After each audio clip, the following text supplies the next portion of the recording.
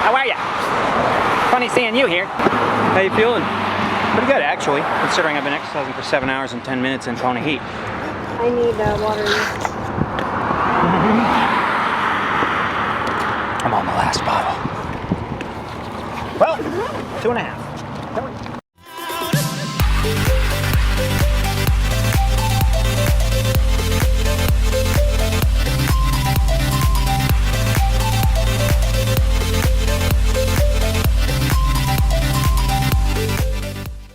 More than 3/4 this time, 79%. Started off with a 4-kilometer ocean swim on the course, straight to 112 miles of the bike course, so the whole bike course, and then 25 Ks of, in my opinion, the harder part of the run course, down to the bottom of the energy lab to the turnaround and back to basically the bottom of Palani.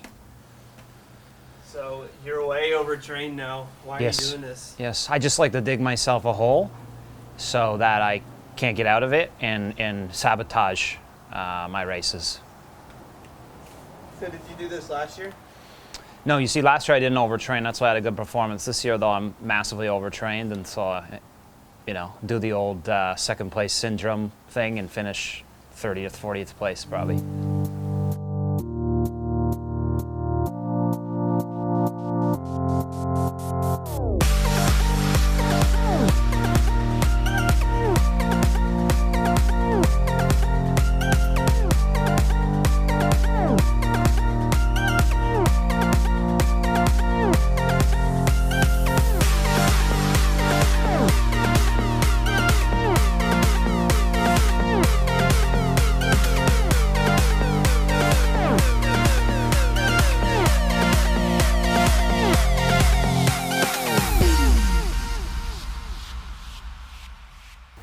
What about your nutrition today? How did your nutrition plan go? Pretty much on point. I did 10 bottles on the bike. So the bike took me 4 hours and 40 minutes. It was a very challenging day. I would estimate approximately 70 miles of headwind, at least 60 miles of headwind, more than half, so 70 miles of headwind. I averaged 280 watts. So if this was the race, it opened my eyes up to last year, how ideal the conditions were last year. And that bike course record had stood since 2007, I think. So approximately 10 years. Once every 10 years, you get a day like that. If today was the race, the times would look significantly different. Anyways, in 4 hours and 40 minutes, I consumed 10 bottles, which is pretty close to what I wanted to do during the race. Obviously, your sweat rate's gonna be a little bit higher if you're pushing more wattage, just because the engine is burning a little hotter. So I probably consumed that 11th bottle had I pushed a little more wattage. And then on the run, I did just under 5 bottles in 25K, which my goal is to do a bottle every 5K. Basically, but these bottles actually had 600 mils in them, not 500. So actually, I consumed 1.8 liters an hour, and felt good. And so yeah, it was completely on point. And I asked Corey after the run how my mental acuity was, and he said, "Corey, what would you rank it on a scale from 1 to 10? My mental acuity." Compared to last time? Yes. Just under 10. Just under 10.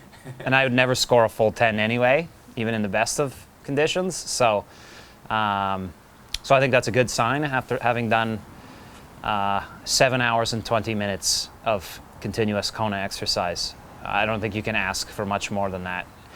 In terms of losses, I think I lost, it's hard to say because I didn't weigh in exactly after the thing. I weighed in when I got home. I lost about, I'd estimate 10 pounds, but I also peed 5 times. So that would account for approximately, let's say, 1.5 liters of loss. So really I lost probably something like 8 pounds, which at 80% into the thing, that's pretty darn good. I just repeated my mantra over and over again, save racing for racing and training for training. Because the reality is I'm just, what am I trying to achieve by doing these long days? I'm just trying to get the muscles used to firing for that duration of time, and I just don't have much experience over 6 hours. I'm certain I can exercise for 6 hours, but once we get beyond that, then it starts to get a little gray. So, I mean, how do you find out, and how do you prepare the body to be able to exercise for 7+ hours? You have to exercise for 7+ hours, but the key, of course, is to not race those 7 hours. It's to do them nice and easy and controlled. And so that's what I did. I swam pretty tempo.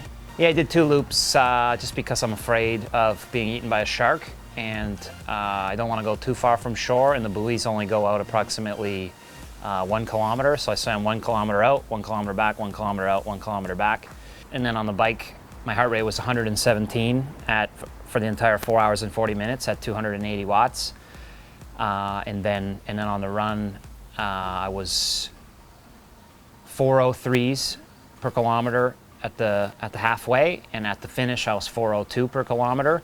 So we negative splitted the run, and we checked the heart rate at 10, 15, and 20 kilometers. And my heart rate was 142 at all 3 checkpoints. So there was virtually no heart rate creep. So those are all really good signs in terms of the fitness and that sort of thing, and that the distance wasn't much of a factor. And so that's really what you're trying to achieve on these long days. That one I did the last video of, that one was a totally different thing we're trying to achieve. We're just trying to basically do a race again and make sure that I can still race the distance, but we proved that we could do that in that training day, so there's no need to do that anymore. So for these particular days, it's very, very important to keep them chill. And so that's what we did. And once again, I had Corey with me for the swim and the run, and another testament to having a training partner, because the run absolutely flew by, and it's just a much more enjoyable experience. I mean, at the end of the day, you're always racing yourself, especially in this race, especially on that run course. That's one of the biggest things that I've learned is, let's say you go toe-to-toe with someone and they take off super hot, you got to let them go. I mean, unless you want to walk the second half of the run. I mean, if you go out too hard and your heart rate gets past that critical point, it won't come back down. And so you always have to race yourself. On the other hand, not having Jan here, I mean, it's a disappointment, and it's a massive game changer, because Jan is an enforcer. He's a guy who will go off the front, he'll swim off the front, then he'll bike off the front, and then he'll front run on the run. And we'll push the pace. And as we saw at 70.3 Worlds, we'll take people with him and achieve new limits for the sport in doing that. That's not to say we don't have people who also are going to do that in this race, but we've definitely taken out a sure bet of someone who's going to do that. So at the end of the day, it doesn't matter. You have to race. You have to react to what's going on around you. And I mean, for me, I need to have a great swim, and I need to, because of the fact that my sweat rate and those sorts of things are going to be lower on the bike, I need to take what's mine on the bike because I have the opportunity to. I'm just not going to run well to the best of my ability in these conditions, based purely on the fact that I'm carrying quite a bit of weight, and just don't cool yourself. So from that standpoint, I'm just going to race my own race, and I'm going to race it to the limit, and whatever happens, happens. It don't really matter. I've already learned so much from being here. I've gotten everything that I need for the next 6 to 8 years of racing. The beauty of this thing. It's been a great block. It's been a great training lead up these last four blocks, and so I really just feel like the race is just a fun little icing on the cake type thing to do. And so I don't have any pressure or anything, and I'm just going to go out there and express all of this training that I've done.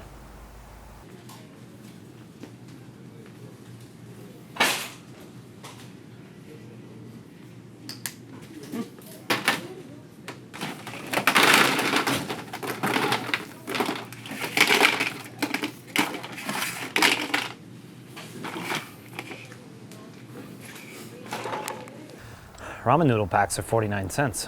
I had 2 for breakfast. Yeah, but they don't come with fresh vegetables, and I bet you they make their own. You could have made that meal for probably $2.